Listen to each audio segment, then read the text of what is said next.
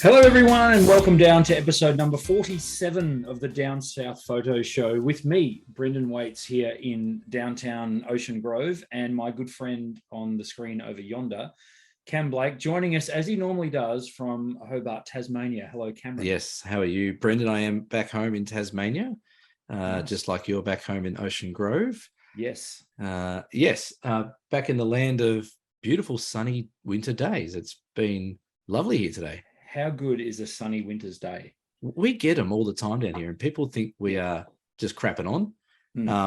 I got up this morning, I walked down, I'm like, I literally do not need a jumper on. It was like 16 degrees at 10 o'clock this morning. Yeah, no, it was rather nice. It was funny, our weekend was so bad on Saturday, like awful rain, yuck. And then Sunday, my goodness, there was the pick of the days for winter. It was blue skies, lovely. Yeah. Well, right, we do. In fact, that photo right behind me, I was going to say that looks like a blue Sunday. Yeah, all right. That's Barwon Heads. Right. But, we'll talk a bit more about our backgrounds in a minute because we have news. This is blowing my mind. Episode 47 of the Down South Photo Show is brought to you by our good friends at DigiDirect. We have a sponsor for this episode. For one episode.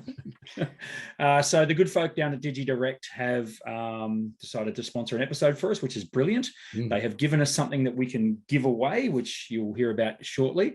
But the main reason DigiDirect wanted to come on board was so that we could talk about their newly refurbished store in Melbourne.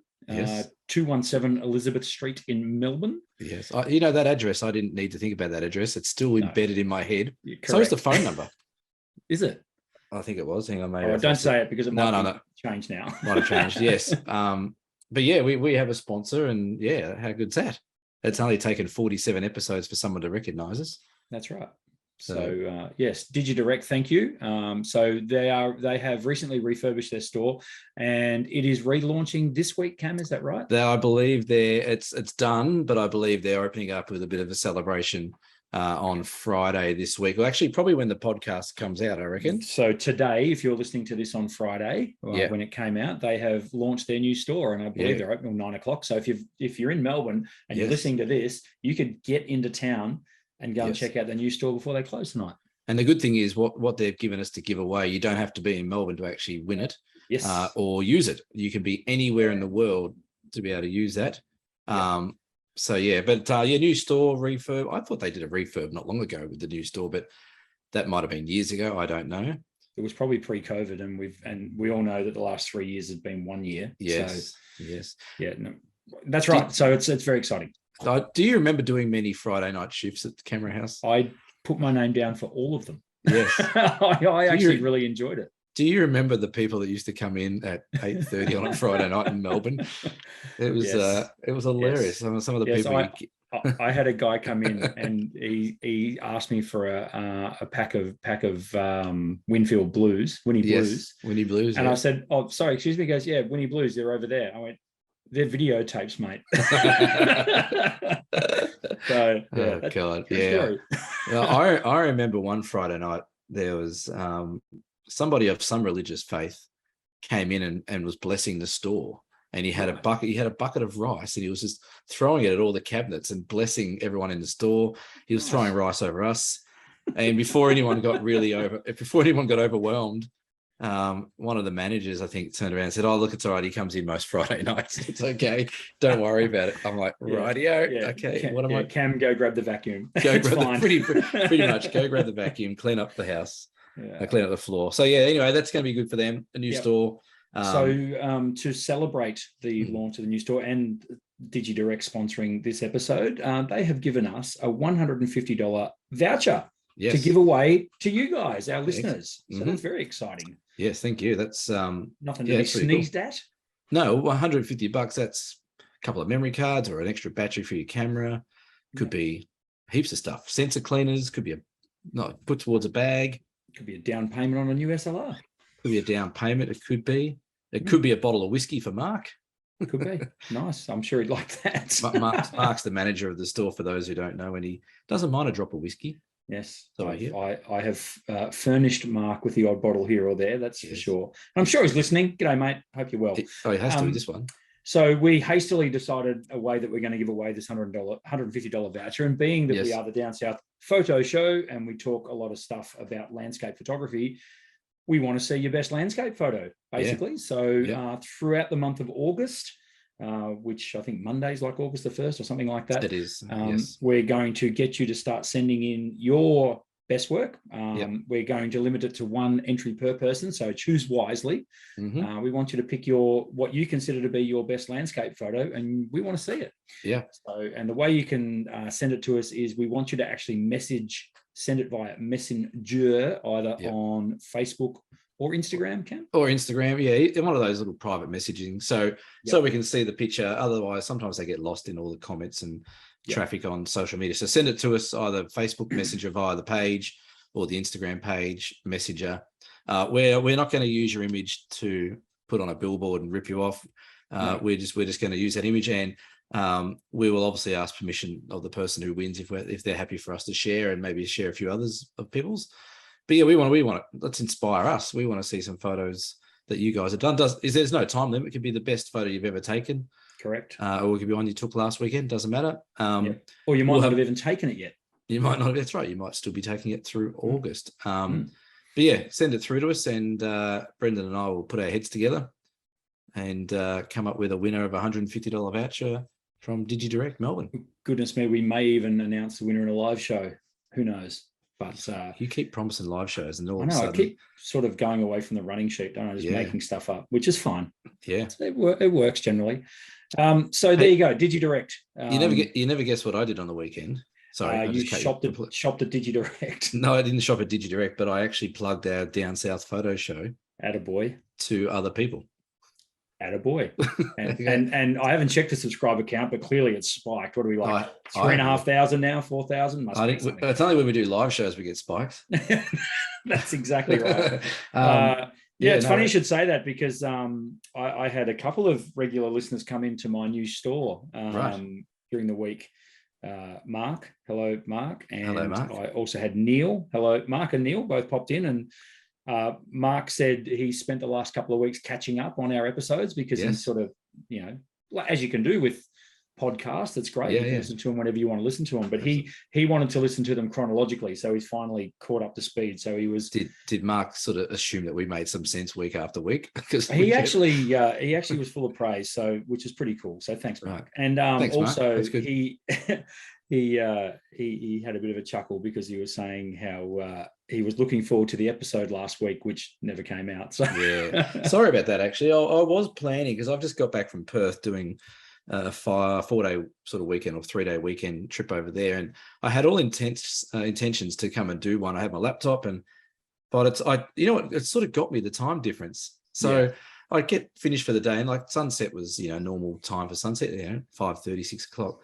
By the time we packed up, got back in the car, went and had some dinner. I'm like, oh, cool, I'll go chat to Brendan. And I'm like, oh, it's 9 o'clock here. Oh, well, it's 11 o'clock there. can't do that. So it was really weird that, it's hard to get used to. But so apologies we didn't do one last week. This one, we've got a chock full show this one. Oh, we're making up for it. This is what you do when you sit on a plane for 3 or 4 hours. You think of things to get on here about. And exactly. Yeah. So I want to talk about your background, because, man, that is such a cool place. Have you been here? I have, but when I was there, it was about 47 degrees. Right. Yeah. Okay. Well, it was it was last century. Cool. Well, those rocks have been there probably long enough. Funny you say it was 47 degrees when you were there last, because when I was here, it was about 4.7 degrees, I reckon. Well, there you go. Right. So this is at the Canal Rocks.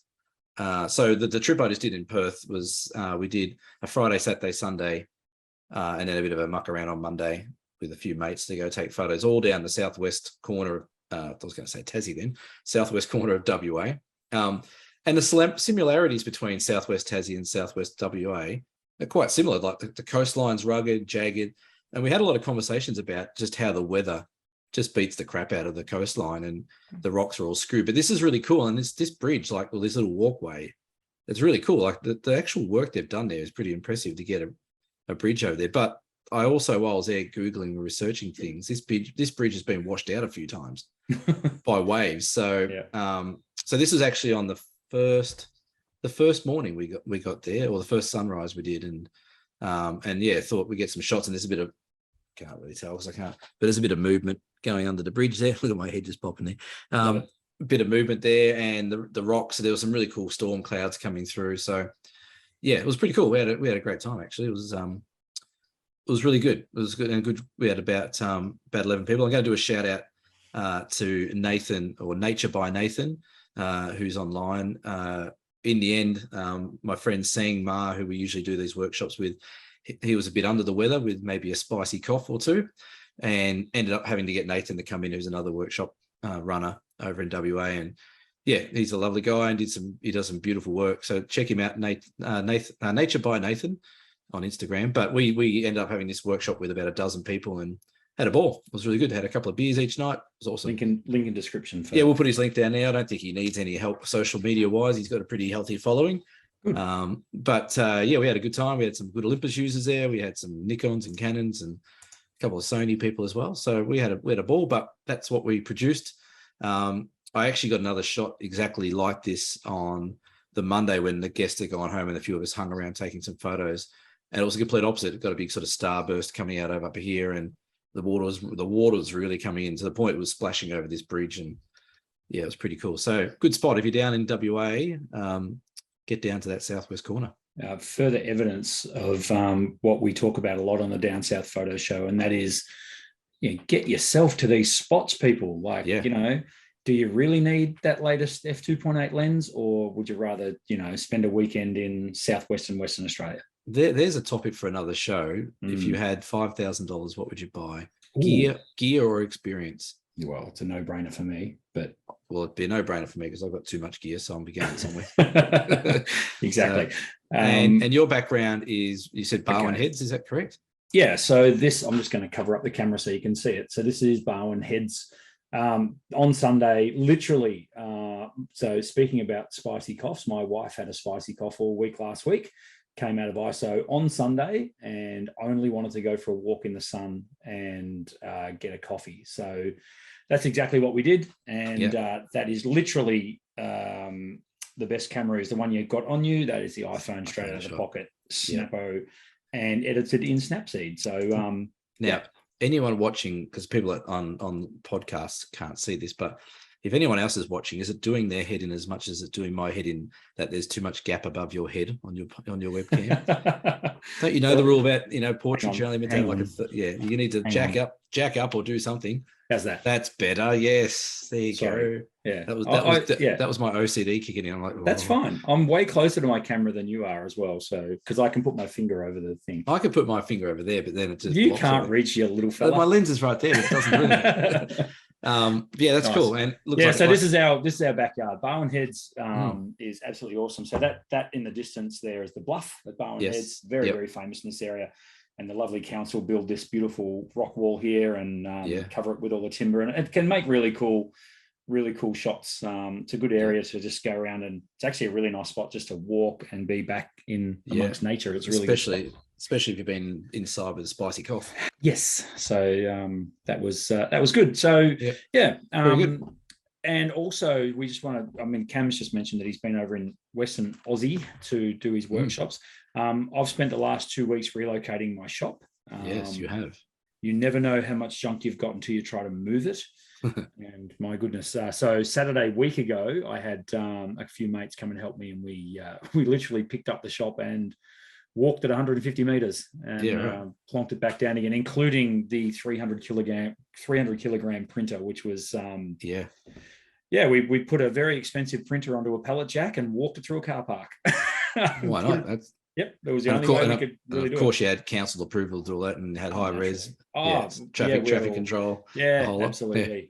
How is the new shop? Is it rocking? Is it getting lots of traffic? It's really made a huge difference to me. Cool. So for those of you who don't know, or some of you have visited me at my old location in Ocean Grove, we were inside a shopping centre called Ocean Plaza, and unfortunately through COVID killed off a lot of the businesses inside the plaza.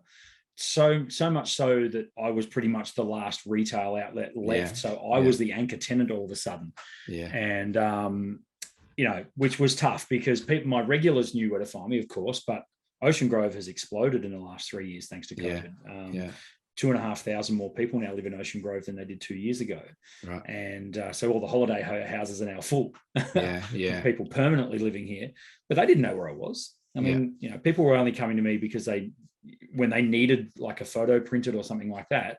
Whereas now I'm in, I think it's actually the highest foot traffic corridor in Ocean Grove, which is great. That's a mess. That's a very busy car park that you face onto. And, it is. And there's a lot of good little outlets that people need to go there. Yeah. And how many pies you have from the bakery? We've got 2 bakeries. So we've got a Baker's Delight and then the world famous Rolling Pin Bakery, which for some reason wins Australia's best pie every year. Go figure. Right. And the other way, we've got Coles and their whatever the Coles bottle shop's called. What are they called? Liquorland or something like that. Yeah, Liquorland. Yep. So, the foot traffic you're in a dangerous spot, my friend. It's unbelievable. Pies and alcohol. And right behind me is probably Ocean Grove's most popular coffee shop as well. So it's great. Right. It's a real it's a real vibrant hub. I've had heaps of people popping in. I was going to say you've obviously seen an increase in foot traffic.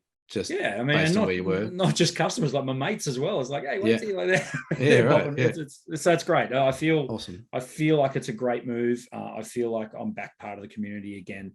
So I'm really excited about the space. We're operational. There's a lot I want to do in the space, but that'll come. As I say, we're up and running. Have you got pictures on the wall? I've got a few. We only closed for 36 hours. So we closed Saturday midday at one location and opened 9 a.m. Monday at the next. That's pretty impressive. So, it's a shame I couldn't come and help you move that printer again. Yeah, that's right. Remember, we almost dropped it out of the back of the ute. Don't worry about that. That's fine. Okay. The printer's totally fine. Cool. That's awesome. that's what my week has been. Our main topic for discussion, Cam. I'll let you tell the folks what we're talking about. Right. So I want to get into this, and this is something that we've touched on a few times, but I can't get my head away from this, and maybe it's me being a bit silly about things. I don't know. But is this because of the workshop that you did? It's sort of it's a bit of a thing about all trips I do and all people I meet and all people I talk to. And there's so many this topic has so many angles to it. It's like an octopus. It's got things going everywhere. But what I wanted to talk about is in regards to our landscape photography these days. So not much stuff, and it probably relates to the other genres, but like, are we actually taking photos these days, or are we just simply making photos from elements? And what I mean by that is that, and it's probably the old school coming out of me, but every time we do a workshop, every time I meet people, every time I see people's work, it's not just a simple take a photo out of the camera and touch it with not much editing and put it up there. There's so much that goes into these photographs these days. So whether or not it's focus stacking or blending or dropping skies in or taking things out or whatever it might be there. And then, things go into, denoise and dehaze and, sharpening tools, all these things. I just sort of feel as a person who's very passionate about photography, I just sort of feel like we're not taking photos anymore. We're making them.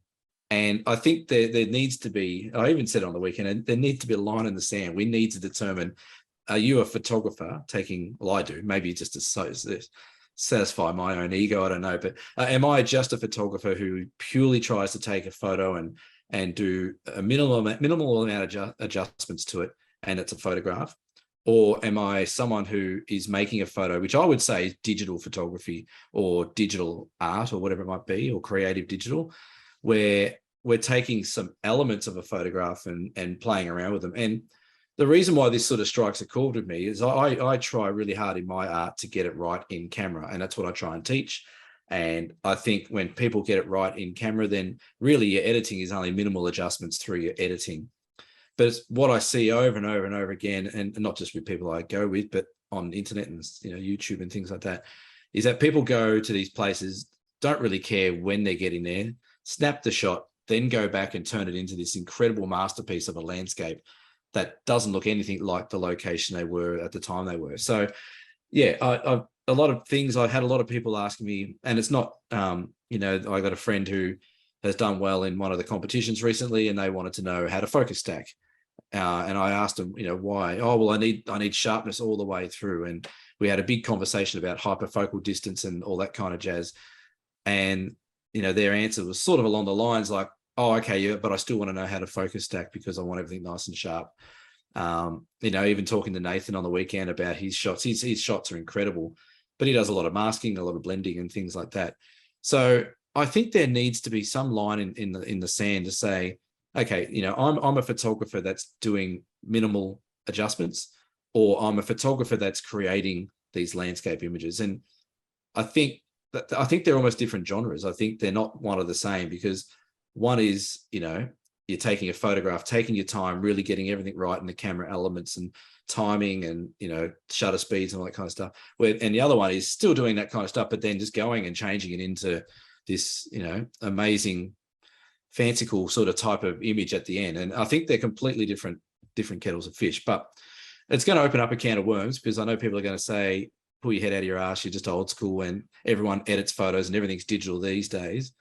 But it's around the aesthetics of it all.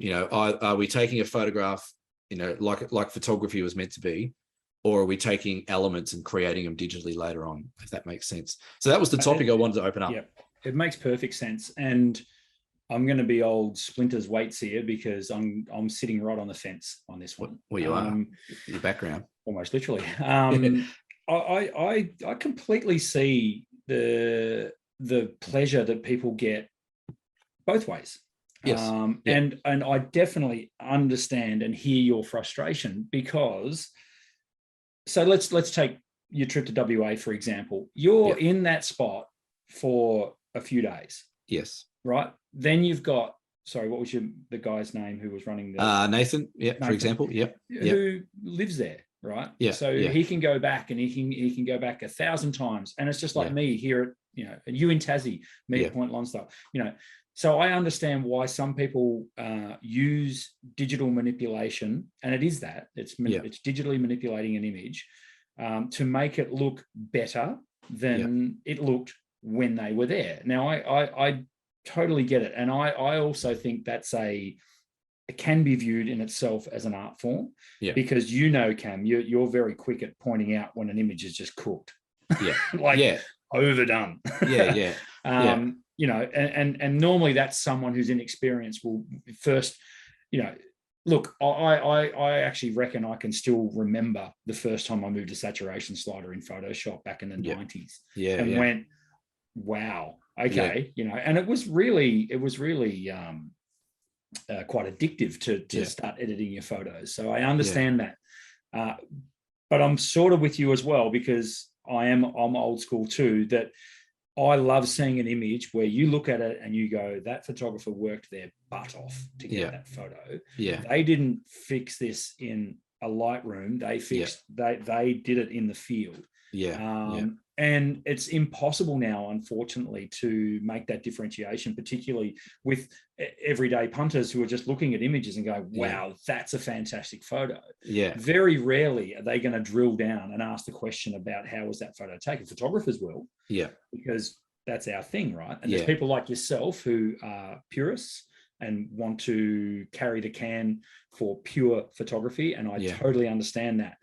But you're right. There is an element of it might be just time to get our heads out of our asses and start, and looking at all the tools that are available to us. And that's something I keep coming back to a lot. Like I look at my photos, I'm like, well, am I missing the boat here because of my stubbornness? Maybe where maybe I can be creating even more interesting photos, or something a bit more unique by going down the path of doing these things. But what I would like to see as an industry even is some sort of separation between minimal photography or minimal editing photography versus highly edited photography, because I think are you purely talking about competition photography? No, I'm talking about just in general, because one of the major things I get asked about is, like, if someone says my photos, like, oh, did you blend in what did you do there? Did you focus stack or did you blend this in? I'm like, no, it's a single shot. Oh, well, you must have done something to it. Like, how did you get the water like that? Or how did you get the sky like that? And I'm like, well, I used what I had in my, repertoire of dynamic range and exposure and made some minor adjustments to that, like contrast, highlight, shadows, whatever it might be. But what I find over and over again is a lot of people that are coming into photography and really enjoying their landscape photography, that's their passion, are getting completely bamboozled by these different bookends of photography, where they think that they need to do all these special adjustments to photos to be able to create these amazing photos that people do. Okay, I get that. I totally get that. I understand where you're coming from there, because you're right. People are looking for the shortcut and looking. Well, is it a shortcut? Yeah, they it's are. Not what they're looking. They're ignoring the tools that they've got in their arsenal already. Yeah, the thing that it drives me and eats away as me is exactly that. Like you said, they're looking, and I don't think it's a quick fix or whatever they're looking for, but they're looking for the pathway to create the image, that some of the best photographers create. But what they're missing is the fundamental basis of what photography is, and the settings and the understandings and things like that, and how they all work together. Because once you start creating photos and, really putting all these digital elements together, then aperture goes out the window, because you can just focus stack. Aperture's irrelevant. Shutter speed's irrelevant, because you can just blur water and you can do blur movement. Dynamic range becomes irrelevant, because you can just drop skies in and do whatever you want to get. So we've gone from the fundamental capturing of light in a single sort of process to creating these things. As an absolute aside here, when I was younger, I loved the thought of being able to paint. Yeah. I had my parents bought me the 72 Derwents. Yeah, I had them. Yeah. I mean, and I remember my mum was awesome at drawing, and she actually, do you remember the picture on the box of the 72 Derwents? Yes, I do. Like a little bridge. It looked like the little stone bridge. It looked like the stone bridge down the 18th at the Open. Yes, it did. At St Andrews, right? Very similar to the Swilcan Bridge for those playing along at home. Yes. And my mum copied it identically on a piece of paper, right? And it was incredible. It was a masterpiece. It was amazing. I thought, all right, well, I must have that gene in me somewhere. Mate, I tried watercolors, pencils, charcoal, everything. I hated it. And the reason I hated it was because I'm impatient. Yeah. And I wasn't able to translate, I wasn't able to express myself in that medium. Yeah. Then I got my camera, and it all changed. It all completely changed. It was like, hang on a minute, this is the avenue. This is for me. Yeah. And thank God that happened, because, I am what I am now. Like I'm immersed in the industry, and I absolutely love it. Yeah. But I learned on a film camera, K1000, back in the day, and I learned about aperture, and I learned about shutter speed, and I learned about light, and I learned about shadows, and I learned about highlights and all that sort of stuff. And then someone said, yeah, but hang on, have a look at this thing called Photoshop. Yeah. Yeah. And like I said before, that first time I scanned in a negative, and then edited it in Photoshop, it released more of a creative output in me. As more, I felt that connection even more with it. Yeah. You know what I'm saying there? Yeah, so, I know what you mean. But I think you're completely right. I think more people would benefit if they took the time to learn the fundamentals first. Yeah. Well, like the question I had, and there was a couple of moments on this workshop in WA where, you go around and asking people what they're shooting, and I always, people love it or hate me. I don't, people will have their own opinions on that, but I always go up to people and I'm like, oh, okay, cool. So you're shooting at f3.2. Why are you shooting at 3.2? Don't know. Yeah. Okay. Yeah, that's right. But you're focus stacking. Yeah. Why are you focus stacking? I don't know. Not sure. And this is the thing. Like there's so many. And again, this is where I get myself in trouble. This is not a dig at people that do like people like Nathan. I loved what he does. I think it's absolutely breathtaking, the photos that him and others do, where they do spend a lot of time doing that. But I think you can be equally as breathtaking by just doing a single frame at the right time in that moment. The difference is those guys who do the former option, they are highly skilled artists, and they know how to use the tools and all that kind of stuff. But what I'm saying is, I think there needs to be some difference in photography. Like we've got different, different ways to split up other art forms and things like that. Why does photography all get put in as one big thing? So we're all landscape photographers, but we're doing it completely different ways with completely different knowledge. I think because there's no way you can. There is no. I mean, do you have a suggestion, like how you could actually? Well, yeah, I think we need to start referring to the images that are heavily edited or manipulated as digital art. Yeah, so not photography. I think they need to be digital artworks, which again, that's not taking away, because what they're doing is they're still using a photographic tool, but they're doing the hard yards or majority of work in a digital studio. And I know everyone in the background will be like, but Ansel Adams used to dodge and burn and do stuff in his darkroom. Yes. And yes, I take a raw file and I play around with it. So it's digitally manipulated. I get that. But there needs to be a point. There needs to be there's a line in the sand. Well, there needs to be an intersection where at one stage your photo goes from being a pure photograph with some editing to then splitting into, well, I'm now doing some digital art creation. Versus, purely using the physics of photography as it was meant to be versus the manipulation of the image as it now has become. Yeah. Yeah. But look, you can't, other than putting a little icon on the image or something like that's impossible. The genie's out of the bottle. In my opinion, I think it's gone too far now anyway. And again, when you're talking about people scrolling Instagram feeds, and a lot of photographers do, of course, but generally it's the average person just scrolling through Instagram, they will stop on something that is eye-catching. And unfortunately now eye-catching is now generally manipulated images. That's the thing. So to me, I think that goes away from the pure meaning of a photograph.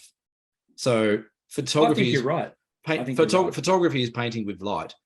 And so what we're doing is we're painting with the light that's available. What people are doing these, more heavily manipulated, and I don't want to say manipulated because that makes it sound the negative word, but they're editing more and creating more. But what they're doing is they're then adding in digital elements to create different light. So they're not painting with light, they're painting with, I guess, digital. They're digitally enhancing photos along the way. And it's not for everyone to do that, and vice versa. And I'm not saying, again, these people that do it, that's all good. But what I find is really, I think it's not necessarily good for the industry of people that want to get into landscape photography, because people are coming in with this sort of base knowledge of what they want to do, but they're looking at these photos that are just, oh my God, how are you doing that? And then it comes down to all these special little things, like I said, focus stacking and bracketing, not bracketing as such, but bracketing, like exposure bracketing when you're doing 5 exposures. That's right. HDR, all that kind of stuff. Yeah. Do you remember when HDR took off? So that's where I'm at with it. And like I said, it's not a dig at anyone. It's just, I think there needs to be, so people coming into landscape photography can have a choice to a point. They can look at it and go, okay, Cam, he does a lot of, all this stuff is single frame photographs with a little bit of editing. I like what he does. And I like the fact that to get that, there's a lot of understanding of how photography works. Or, for example, Brendan does a lot of heavily edited and makes these amazing bits of digital art. I really want to go down that level. So I don't necessarily need to know what my camera does, so to speak, but I need to know how to make those adjustments in Photoshop or Lightroom or layers and masking and things like that. I think it comes down to when you've caught a great image. So people ask, like, forever and a day, people have always asked me, do you use Photoshop? Yeah. And the answer is always yes, because that is a tool of the trade. Yeah. Photoshop is now a tool of the trade. And if you're not using Photoshop, you're kidding yourself. Or some kind of course, Photoshop has become the catch-all phrase for that's right editing, right? Yeah. So which is pretty amazing by Adobe. Yeah. That image is photoshopped. Yeah. It's like a transit van. That's right. It's or the Hoover. Yeah. It's become part of the vernacular. Yeah. I've totally lost my point, but no, what I'm saying is if you've captured an image, for example, image behind you now, Cam, it's a great image and it's done really well out of camera. But if, let's say, someone else took it and they went, look, I just missed that bit of light up in the top left corner. It's so unbalanced now. Yeah. I'm going to dodge that out a little bit. Yeah. Or they did focus stack it and they got 7 different exposures of the same image and then layered it to achieve that. It's a really fine line, isn't it? It is a really fine line. But I think you're looking for disclosure. You're looking for people to say, by the way, I thank you for loving my image, I just want you to know that it's built on a computer. Yeah. In a way, yeah. And, like we had a little bit of a piss take at you when you dropped skies in down at the Port Ferry Lighthouse. Yeah. But, someone could come along here. Should have dropped the sky into this one. Look at all that sky. It's perfect. So someone could come along to this one and just drop a sky in, put a sun flare in, put something in the water, swirls in the water, the whole thing. And someone who looks at that, absolutely as a person looking to buy art would say that's amazing. And, if that talks to that person wanting to buy the artwork, then awesome. Job done by the artist. But if a photographer who's wanting to learn, or someone wants to learn how to do that, looks at that photo and goes, well, how the hell do you do that? The first thing they do is start Googling things. And it just creates this false learning journey for people. And I think, this is actually a stupid conversation for me to have, because by people not understanding how some things are done makes them want to go on workshops and learn how to do things. And here I am saying to people, just don't do that. Just actually learn and figure it out yourself. So hello, who's the idiot? But no. What you're saying is go on one of your workshops, because you're teaching maybe from the ground up. Yeah, well, that's the thing. And I do get people who say to me, oh, how much editing are we going to do on this workshop? And I generally say not much, because we'll get it right in camera. And so it's just something that I come across a lot. And I just think there needs to be some identification that, hey, there's digital photography, but there's at a point where it turns into digital art. And I think that needs to be clearer. I think that's a bit of a muddy water. I agree. I just have no idea how to achieve it. And as I said, the genie's out of the bottle, and I don't think there's any going back. No. Well, there isn't. There is no going back. No. Something else I came across, sorry, that I was talking about focus bracketing or focus stacking. I religiously don't focus stack, right? But I did on this trip, just to try and, again, like in back of my head, I'm like, am I missing something? Yeah. What am I doing? And I've watched a couple of YouTube clips over the time about focus stacking. I'm like, that's just not for me. So at one of these spots behind me, I was with a good friend, Cheryl. Hello, Cheryl, for listening.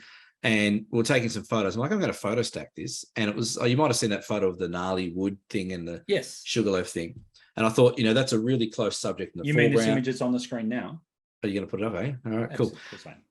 So this image has, it's got a really big rooty thing in the foreground. It's got sugarloaf rocks in the back. And I thought, there's a lot of distance. There's a lot of depth in there. I'll focus stack and I'll put my camera into focus stacking mode, and away we go. I traditionally sort of shoot on F11 or F16 for my landscapes. So I set that up, pressed a button. It did like a series of whatever. So my understanding is that you take those 6 shots or whatever it is, put them back, put them all as different layers, blend them all together, auto align them, bang, bang, bang. You've got this incredibly sharp image from front to back. I went through the 7 images, and there was one image in there that was completely sharp from front to back. So my F16? question, F16, my question is then, and on my camera, it doesn't say focus bracketing. It doesn't say focus stacking. It's focus bracketing. So if you're doing exposure bracketing, white balance bracketing, whatever it might be, you are bracketing traditionally to get one frame that works. Is focus bracketing not about stacking, but is it more about getting the hyperfocal distance captured in those 7 shots? I don't know the answer to that. I think it's along the, because I looked at this thing and I went, do you know the answer? I'll give you the answer. In my opinion, focus stacking is not for landscapes. It's not. It's for macro photography, and it's for, in some cases, portrait work, but more macro work. Yes. If you Google focus stacked insects, for example, oh my goodness, like you can see some incredible depth of field. And that's because when you're working with a macro lens, it has that very, very shallow depth. Razor thin. Correct. Yeah. So, and sometimes that don't work for your subject. You don't want to have your spider to be just one focal plane and everything else out of focus. Yeah. So I think focus stack was invented mainly for macro work, and then it has started to seep into landscape. Yes. And what you've just said there is exactly right. It doesn't really need to be used in landscape. There would be sometimes, that image behind you, for example, you've got a main subject very close to your right shoulder there, and you've got the rocks way off in the distance. In fact, there's even a horizon in that shot. Yep. You know, I would argue that even at f16, you might not get that as pin sharp as you might want. So maybe there might be a need for it then, but rarely in landscape, man. That shot of that you put up before, you know, you can actually see the focus shifting along as it does its thing. Yeah. And it gets to a point somewhere in the middle, about frame 4 or 5, where to the front of the frame, to the horizon is sharp. Yeah. And I think focus bracketing on a camera is not designed to allow you to focus stack, although it does certainly open itself up to that process. But I think focus bracketing is allowing you to nail that hyperfocal distance. So if you don't know what hyperfocal distance is, go look it up. And every lens and every camera and every sensor, it'll be different. But generally, it's the sweet spot where you have to focus to get the maximum depth of field from that aperture you're using. Yeah. And I went back to my computer and I looked at it and I had a bit of an aha moment. I went, almost a bit of a aha. I think I was right from the start, because I looked at it and I went, and I did it a few times at different scenes. And every time there was one frame in the series that was spot on. Okay, so if you're looking to focus, use your focus bracketing in a camera, I would suggest don't always jump down the idea of going into focus stacking later on. Yeah, I have a question. So, and this is something that I've never tried, and maybe you have, but I've certainly not. So instead of focus stacking, meaning working through your aperture values to get more and stuff, what about literally changing the point of focus in the image? So for example, working at f2.8, where you've got shallow depth. Now that, and we can again use that image behind you, you know, so we focus on the rail right there beside you, and then we focus on the rock beside your head there, and then we focus on the horizon way off in the distance. 3 images, that's all. Yes. And then we blend those images where you've actually got elements that are in focus throughout the scene that shouldn't be. They've got no right to be in focus at that aperture. That's not how you've shot the image. Does that work? Well, that's practically what you're doing, focus stacking. Yeah. But I thought focus stacking was more about that aperture and changing your depth of field. Well, no, what it does, it keeps the same aperture, but the camera automatically works its way through the focus point. Okay, right. Gotcha. From front to back. So, so the aperture doesn't change. No, the aperture is the same all the way through. All right. Yep. So I think you can set up some cameras to also do different things, like you're saying there. Yeah. But what the I think that could lead to some pretty interesting photography. Well, it's not photography though, right? Well, that's the thing. So, you know, and this is the thing I love about photography. It's science, it's physics, it's the vibe, man. I felt like I'd go out of the castle then. But it's Marvo. It's science, and it's the, you know, the optics of the lenses and the light traveling through that, and how wavelengths work and all that kind of jazz that gives us that depth of field. And I think it's a beautiful thing in photography. If you understand depth of field and how it works, you can nail every shot pretty much 99% sharp. And then you get onto the other conversation that we had a lot on the weekend, is that everybody you talk to starts asking you questions about your camera. Oh yeah, but is it sharp? Like, is it sharp? It's like, what's sharp? Well, is it sharp though? Like, is it sharp all the way through?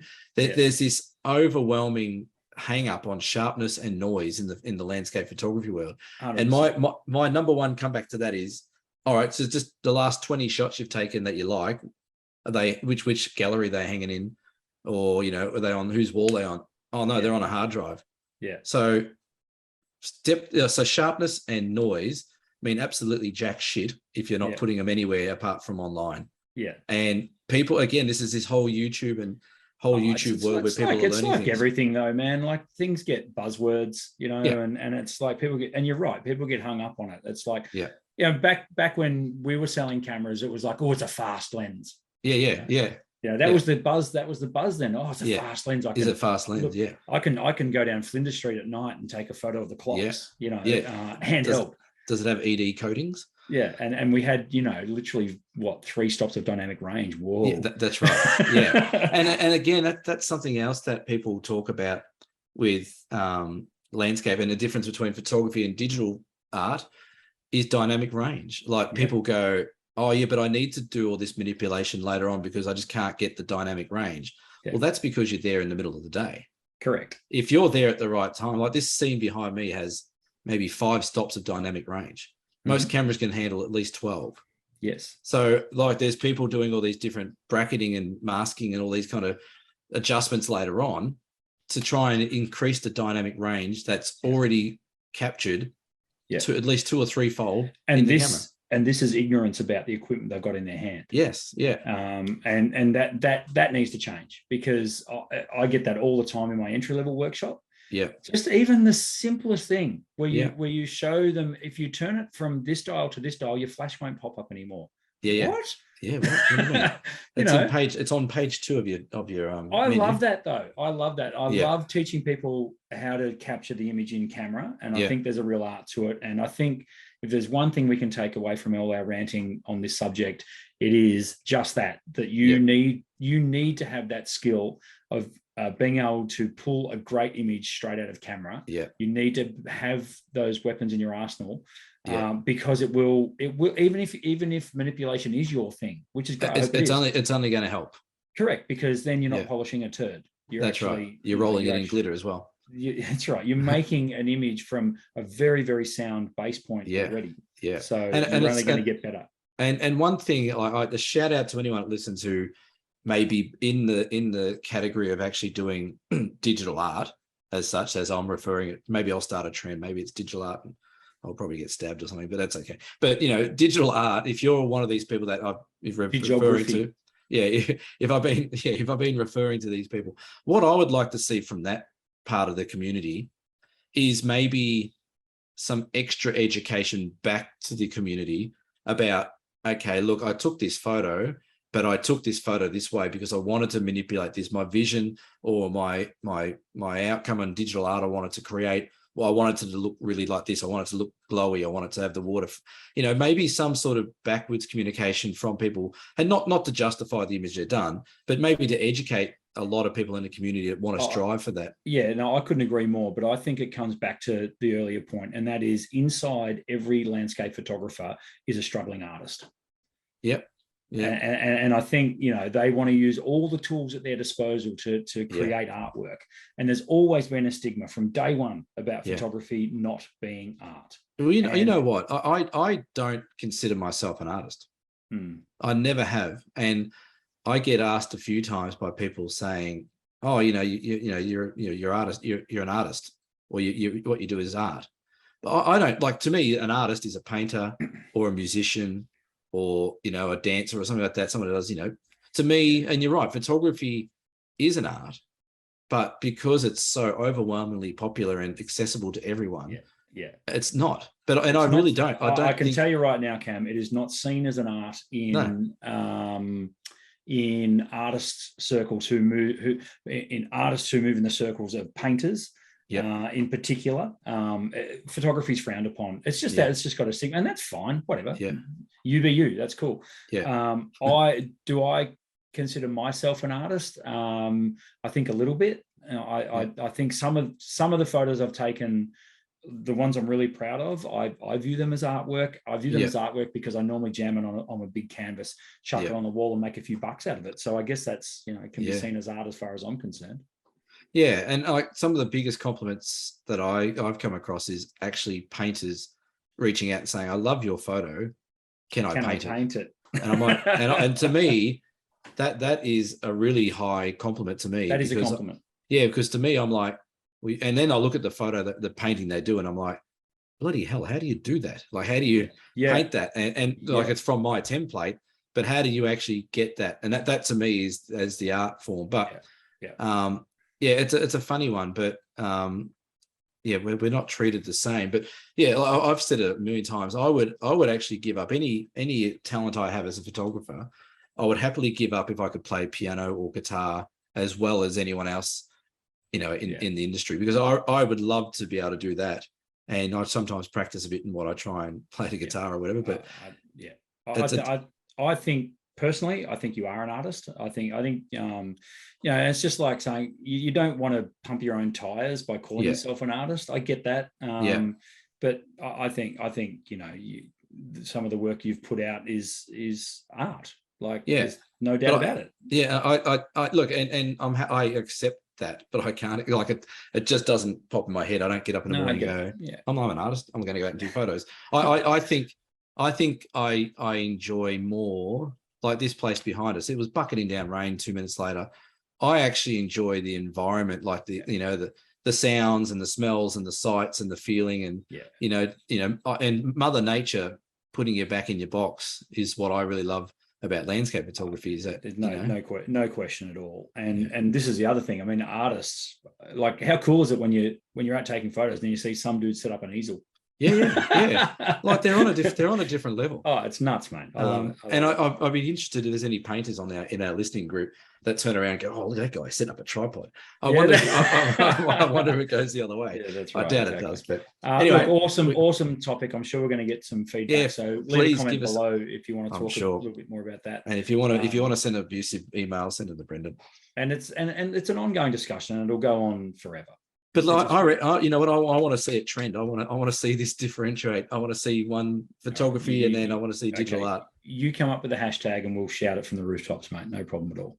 I want to talk. So can we? Yeah, move on, because the next one is. You think you're ranting? Let's go on to the real rant. Oh no, it's just the last couple of days. It just happens to be one particular company that has given me the absolute shits, and that's Nikon.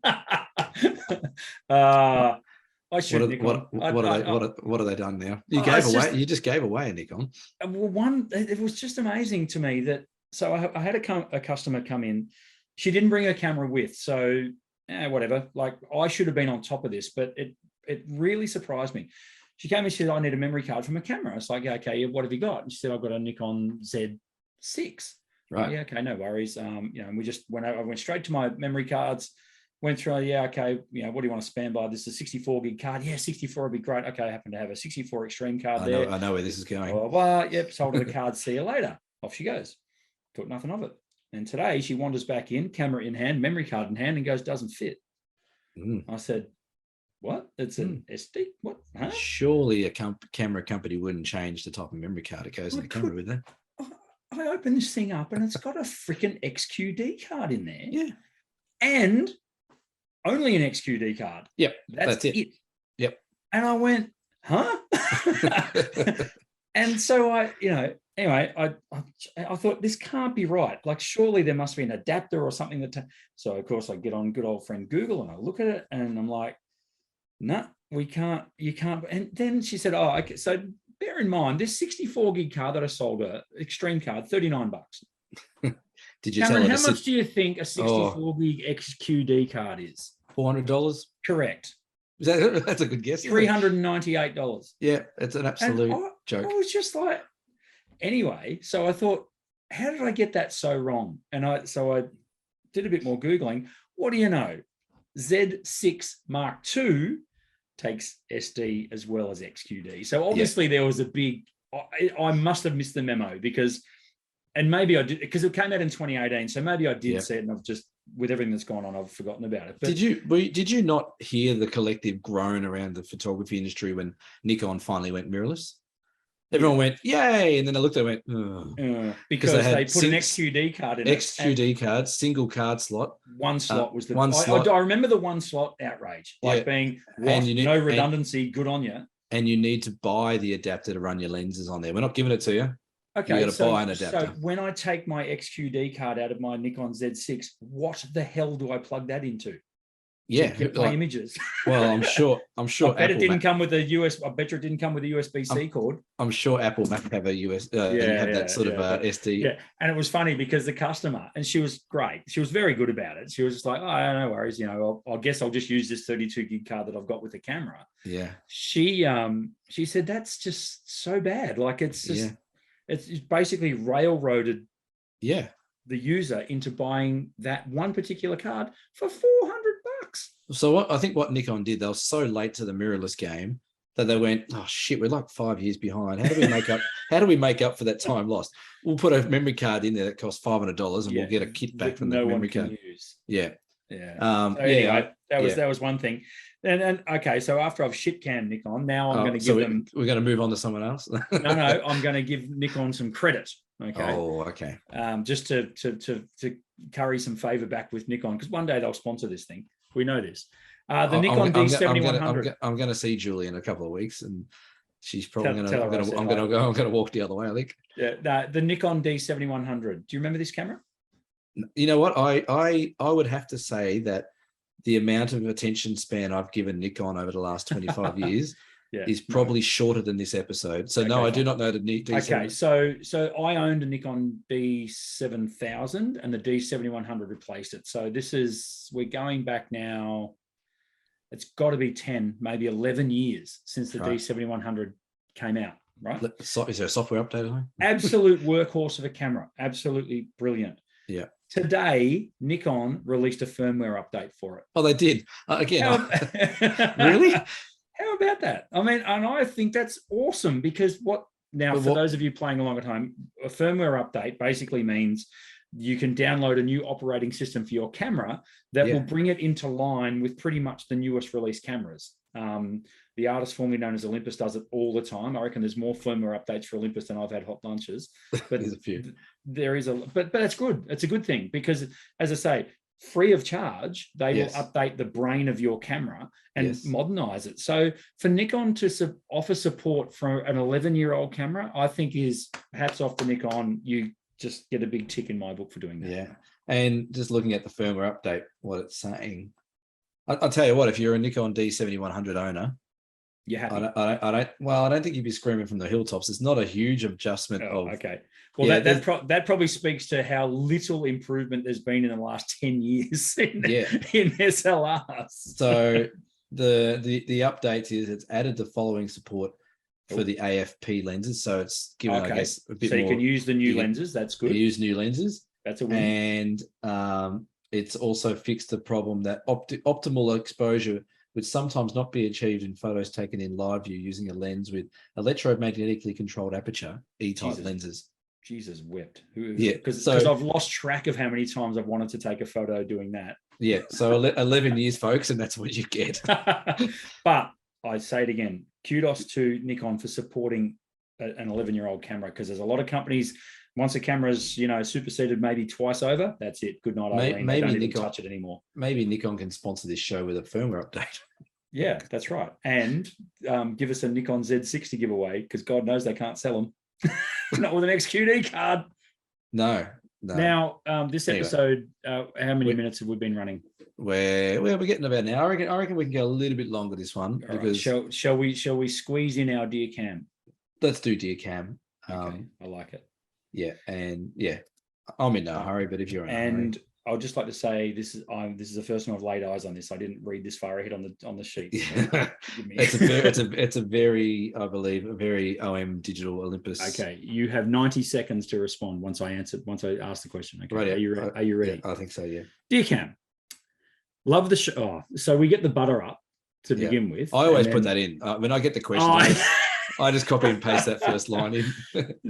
Dear Cam, love the show and listen to you and Brendan. Hey, shout out every week and always learn something. Well, that's good. There's the butter up. Here we go.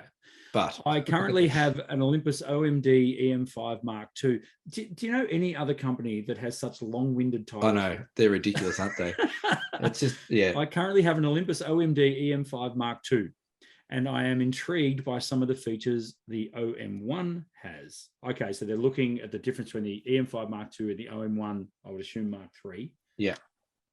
As you know, I have, as I know, you have this camera. This is talking to you, Cam. Yes. Can you tell me how good the features are, such as the built-in neutral density filters versus the more traditional ND filters that you put on the front of your lenses? Yes. Debating on upgrading my body. Is it worth the money? It would be nice not to have to take the filters out and risk dropping them. Thanks, Alison in Melbourne. Yeah. Who might be able to pop down to DigiDirect once she hears this. Well, that's true. So I think this is a broader question. It almost goes back onto what you're just saying about the Nikon, is that as the models improve, the features improve, and the way you can manipulate photos becomes easier. So I think I in this situation, and we'll keep this broad so it's not the OMD Olympus show. But I think, every camera should have an improvement on the previous model. With the Olympus one, the new OM1, I think has got significant improvements on the previous models, which is why I bought one.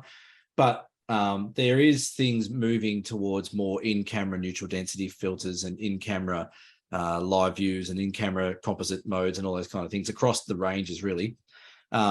So yeah, neutral density filters are another one that I think have been overused a bit in the industry, you know, getting that really long exposure and creating that stuff. But look, do I think it's worth spending more money to get just one feature? I would say no. But I think Alison, if Alison wanted to talk a bit more about that, there's quite a few more features in the OM1, especially from the EM5, that I think would be a significant upgrade in regards to quality, sensor, waterproofing, image stabilizer, features, neutral densities, all that kind of stuff. So I would say it probably is worth the money, but I wouldn't say let's do it based on purely the fact that the ND filters don't have to go on the front and they're built in. So we are talking about a significant investment here. An OM1, well, yeah, three is $3,000. Is that right? Yeah, DigiDirect. Mark at DigiDirect gets me those cameras. Here's a plug. He gets me those cameras at a little bit under 3,000 for customers of mine. Yeah. So that's pretty cool. But yeah, it is a significant upgrade. But this is what anyone who's got a camera that they've had for a little while, and you're starting to see all these nice new shiny toys at the top of the range. You got to ask yourself what major improvements you're going to get in your camera. So if the image quality is going to look exactly the same, but you might get a couple of bells and whistles, I would say probably not. But if combined with an increase in image quality, there's a few other nice cool features to go with it, then I think it's worth looking at. Yeah, no, I completely agree. Having used both cameras myself as well. Yeah, mind you, the EM5 Mark II, ripping camera. Yeah, great little cameras. Yeah. Really good little unit. I would imagine the OM1's slightly larger as well. And it is, yeah. I'm pretty observant. It was Alison who I would assume identifies as a female. So she may have, you know, smaller hands and may not want the bigger camera, and that's a fact. That's I get that a lot. Yes. You know, with smaller, physically smaller people who don't want to handle the bigger camera at the OM1. Right. But I think you're right. I think the OM1 is definitely worth looking at. Yeah, absolutely. And I wish I knew a bit more about other camera brands as to what they're bringing out, Sonys and Canons and Nikons, and I probably should do some more research. But obviously, I'm a little more invested into OMD. A quick side note on that. Yes. People won't see it live, but I am actually doing a live chat with Olympus Digital in America this Friday morning. Right. That myself and another American photographer are getting on there about landscapes. And will that be after this, before this has already come out, or after? It'll already been done the morning of this coming out. Okay, cool. So Friday morning at 8 a.m. I go on, and we're having a bit of a half-hour chat about my work in Tassie, and talking to Michelle in America, who's one of their marketing managers or marketing gurus. So I'm really excited, and apparently I'm the first Australian Olympus user to go on this thing. So that's pretty cool. Good up to see Blake. Clearly, I've got to live up to my reputation now. So yeah, if you were listening to that, if you go and look at the OM Digital YouTube site, you should probably see this morning's live chat with me and another guy called Connor. If I'm able to, I'll add the link in the description to that as well. Goodness me, how many links have we got in the description? We're going to leave the last link out. We'll do that. We'll carry that on to next week. But I think you're right. What have you got for the rest of the week coming up? So it's workshop time. So this coming Monday, so 2 days after this comes out, 3 days after this comes out, I will be back running workshops out of my shop, which I'm very excited about. Cool. I've at the moment got 4 people signed up to come and do that, and then the following Sunday I run the same workshop but over at my Torquay store. So I'm really excited about doing workshops out of the new space. I think it's a great space to do that sort of stuff in. Yeah, I'm actually quite looking forward to when we do the landscapes and seascapes workshop, because when's that one on? That's coming. I haven't put a date down yet, but it's coming. So we start that in the shop, and then we go out to the field. And the great thing is we can pretty much walk there because it's not too far away. So I'm really looking forward to doing workshops back up and running. And yourself, what do you got coming up? I'm off to, again, after a bit of a traveling trip, I try and settle down a bit, but I've got actually got an OM Day, Olympus Day this weekend, just out of Hobart, which would be cool because we're getting snow towards the end of this week. So that'd be nice, work out nicely. Awesome. And then later next week into the following week, I've got my Cradle Mountain workshop in winter, and fingers crossed we get a nice big dumping of snow. Do you know the way to Cradle Mountain, mate? I'm going to have to Google it. Okay. Yeah, I think it's up north somewhere. You'll find it. Yeah. So yeah, that's about it. And then getting into August gets a little bit crazy. I've got an East Coast trip coming up, and then before I know it, I'll be back at the Flinders Ranges again in September. So it's going to roll around real quick, isn't it? It is. I've decided to take summer off this year. Just play some golf, some flog. Work on that handicap. Yeah. Again, thank you to DigiDirect for sponsoring. Again, yes. I'm gonna do a bit of your job, but make sure you personal message or PM us or DM us your landscape image. What it can be from yesterday, can be from today, can be from 10 years ago, whatever your favorite landscape image is. Send it through on Instagram or Facebook, and then we'll have a look at them and we'll pick a winner for a $150 voucher. Yep, that'll be very cool. Love your work, Cam. Nice work. Thanks for everyone for joining us in episode 47. I'm assuming we'll put an episode out next week. Sounds like we'll probably be able to do that. I reckon if we look at the calendar, I reckon we can probably do a few in a row. We may even do a live show. Get on a roll. I can do next week. I can do the week after, and I can do pretty much the next 8 weeks. Who knows? We'll see where this takes us. It's going to be a journey. Thanks for listening, Cam. Thanks for being on board. As usual, we'll talk to you next week on the Down South Photo Show. Bye for now. See you, folks. Bye.